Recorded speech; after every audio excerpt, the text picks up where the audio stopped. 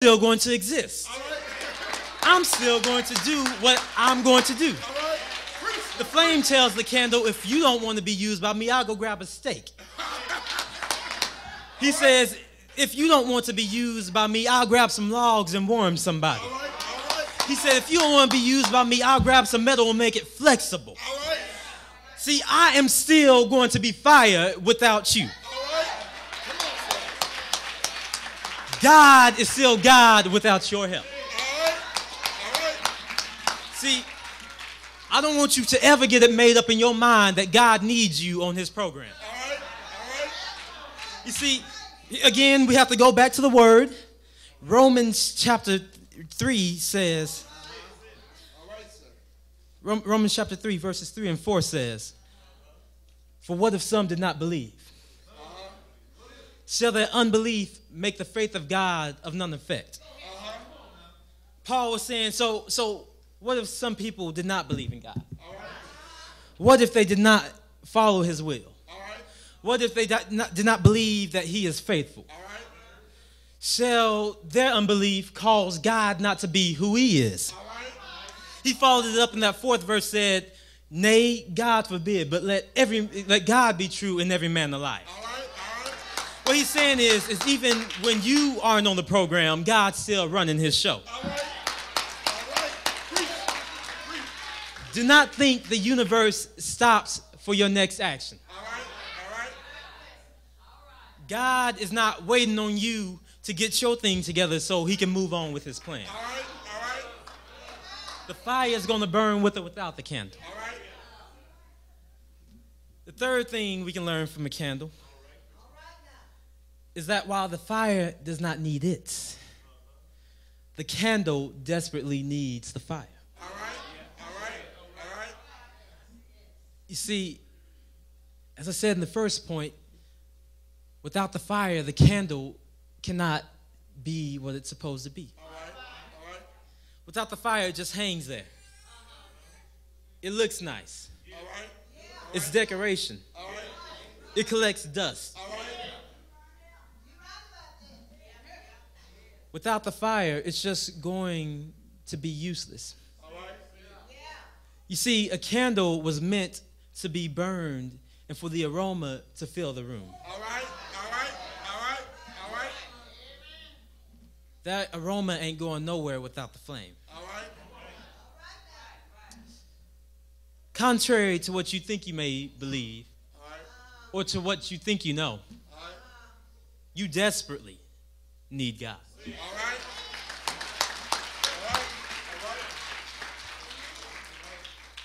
There is no existence without him. There is no life without him. We can take it back to the word again. Romans chapter 8. Romans chapter 8 verses 19 through 21 says, for the earnest expectation of the creature waited for the manifestation of the sons of God.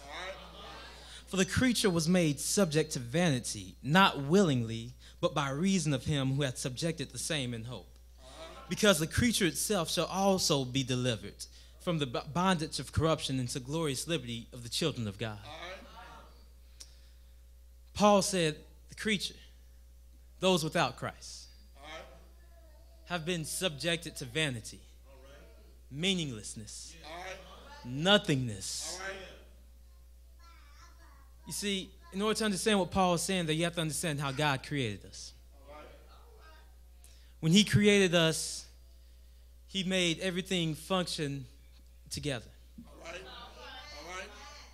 He required that we have food, so he made a mouth. He made a digestive system. He made everything we need. But there's one thing that no matter how hard you search your biology books, there's something that God put in there that you're not going to find in science.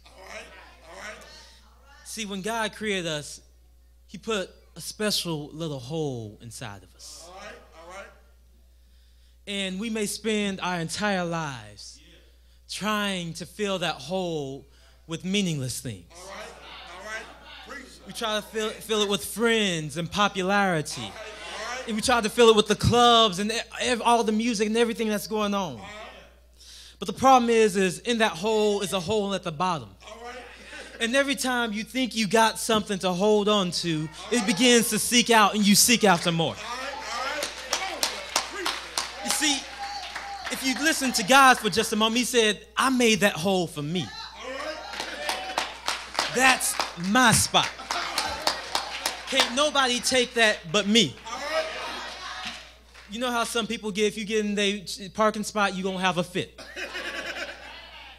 God sees you trying to put something in his hole. He says, all right, I'll just put a hole in it. I'll just watch it drain out and watch you try to fill it. You see, the candle can do everything that it thinks it can do to get itself going.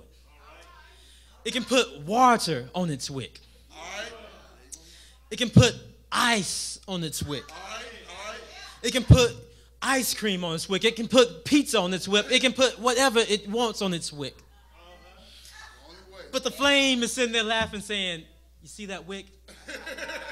That's my spot. You see that emptiness you feel inside? That tiredness? That loneliness? God saying, that's my spot. You can't fill it with nothing else. There's no substitute. There's no seal to clog up the hole. God saying, that room is reserved just for me. And until you give me my place, you're going to groan. You're going to struggle. You're going to seek after things with no value. We desperately need God, just as the flame, just as the candle needs the flame. Last point, and I'll get out your hair. First point was that without the flame, the candle is nothing.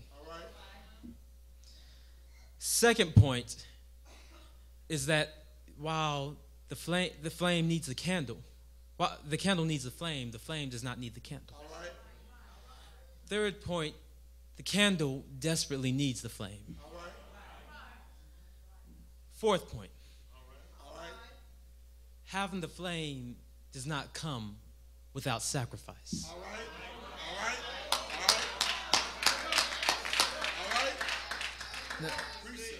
Now, I'm not talking about the sacrifice made on Calvary. The blood shed for the remission of our sins. The reason why we're here today, the reason that we have salvation. See, this sacrifice comes from you. The flame is not sacrificing anything but its light. But the candle must sacrifice itself. Take it back to the word, John chapter 3, verse 30. I think it says, he must increase. But I must decrease. One writer said, the very nature of things demands that God increase. And I decrease. You see, if the candle accepts the flame, and allows itself to be used by the flame, it does so knowing that the flame is going to consume it.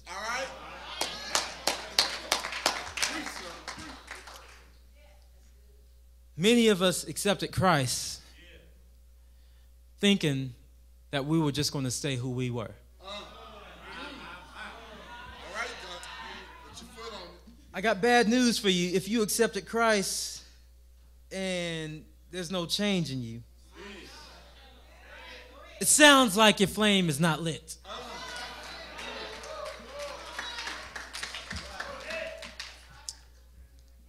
The candle accepts the flame, knowing that the longer the flame abides with it, the less of the candle you're going to see.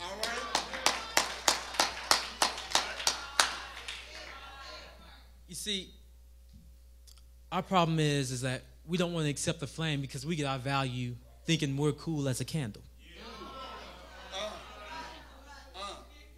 I'm so pretty hanging up here. You see that jump shop? You hear that note? You see me bust a move? I'm just so cool up here. Everybody comes to see me. I wish somebody would dust me, but, you know, I'm still looking good. As time goes along, the same people that keep coming to your house, they're not looking at the candle anymore. All right.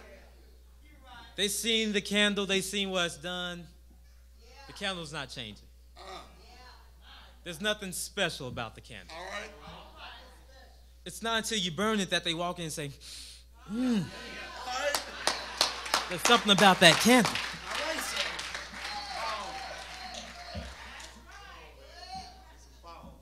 You see, we take our value from the wrong things. If we can shoot a basket, we think to ourselves, man, I'm a baller. All right. If we can hit that note, we think to yourself, man, I can sing. All right. If we can play an instrument, we say, man, I'm a musician. All right. When's the last time you thought to yourself, man, I'm a child of God?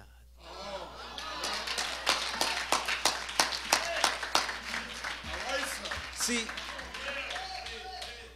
as a baller, you think you know what it means to be a baller. You get out there, shoot some baskets, make it to the NBA, go big time, make lots of money. As a singer, you think you know what it means to be a singer. You put yourself on YouTube, let people listen to you, hope Usher pick you out, and then you got yourself a record deal. But do you know what it means to be a child of God? All right. You see, being a child of God means no weapon formed against me shall prosper. Being a child of God means in all things I am more than a conqueror through him that loved me. Being a child of God means I can do all things through him who gives me strength. Do you not know who your Father really is? All right. Unto him belongs all the riches and glories under heaven. Right. He said, the cattle upon 1,000 hills belong to me. Right. I don't care what talent you have. All right. I don't care what scent your candle is. All right. You need this flame. All right.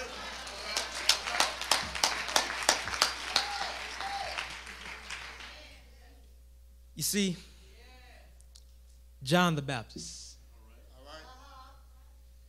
he never thought of himself as much. All right. He said, I'm not the Messiah All right. or Elijah or that prophet. All right. He said, I'm just the voice of one crying in the wilderness. Everything that John the Baptist did pointed back to Christ. John's life was like this because he realized he had no ministry without Christ. His whole purpose existed due to Christ. That's why he had no problem saying he must increase, but I must decrease. Because, you know, if it were not for him, I would not have a ministry. You see, with all of your talents and everything you can do, your life should point back to Christ. You see, the longer the flame burns on the candle, the less and less of the candle you see until there's nothing left but the flame. You see, when the candle accepts the flame, it accepts it knowing that the glory is not in the candle. While the candle may have a scent, while you may have talent, without the flame, you can never shine.